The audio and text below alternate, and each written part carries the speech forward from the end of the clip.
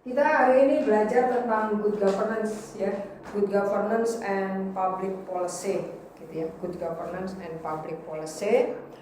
Fokusnya pada apa ya namanya? Pada persoalan tentang bagaimana kita membuat suatu kebijakan publik ya, bagaimana pemerintah itu membuat kebijakan publik yang bisa memuaskan semua pihak, gitu ya. Nah, ini ada yang saya munculkan di sini di siang ini ada ini munculnya pendekatan politik ekonomi, ya. Dari pendekatan politik ekonomi ini sebenarnya untuk menentang pendekatan ekonomi murni. Kalau pendekatan ekonomi murni itu dia mengasumsikan bahwa kalau kita bekerja bagus, membuat perencanaan yang berorientasi pertumbuhan, gitu ya, maka sudah beres, tidak ada masalah. Pasti kebijakan itu akan mencapai pada tujuannya. Tapi dengan munculnya pendekatan ekonomi politik, ya, penjelasan ekonomi politik, maka ini ada toleransi. Jadi mereka secara tidak langsung menentang penjelasan ekonomi murni, ya. Jadi penjelasan politik ekonomi, political economy itu kemunculannya adalah menentang penjelasan ekonomi murni.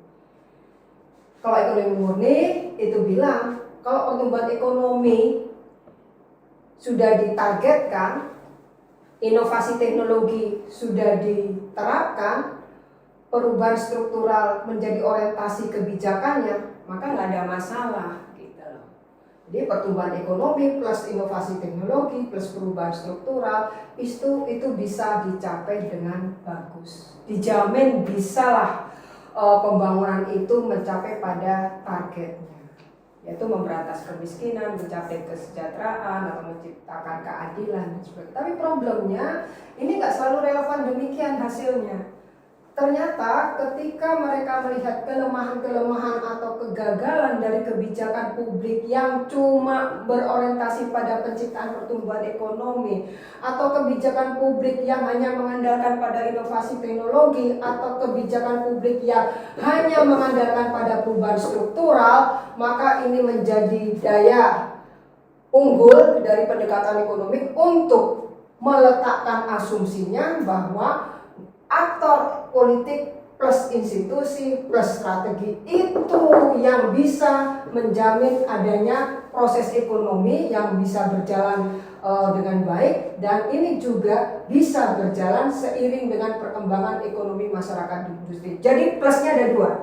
Kalau ekonomi murni cuma begini, ya, pertumbuhan ekonomi mau dibagi mau enggak terserah, inovasi teknologi mau diterapkan apa enggak terserah, perubahan struktural mau diterapkan apa enggak terserah, yang penting dia berjalan aja, gitu ya. Tapi ini karena dikritik punya kelemahan, lalu orang-orang yang bergabung dalam pendekatan politikal ekonomi ini menletakkan asumsi dasarnya bahwa kita bisa menjalankan perkembangan ekonomi masyarakat industri plus bisa mengatur proses ekonomi dengan baik jika ada aktor politik, ada institusi, artinya ada lembaganya dan ada strateginya. Jadi kan jelas berlawanan ya. Kalau ini kan andalanya apa ini? Pertumbuhan ekonomi, inovasi teknologi, perubahan struktural. Udah selesai, ini ekonomi murni. Tapi kalau pendekatan politik ekonomi ada tiga. Ada aktornya, ada institusi, ada lembaganya, dan ada strateginya. Asumsinya di sini aktor politik itu adalah aktor yang rasional. Lalu ternyata ketika aktor politik itu adalah rasional, ternyata dia juga masuk ke dalam titik lemahnya. Karena kalau aktor itu adalah rasional, maka dia akan mengejar kepentingannya sendiri.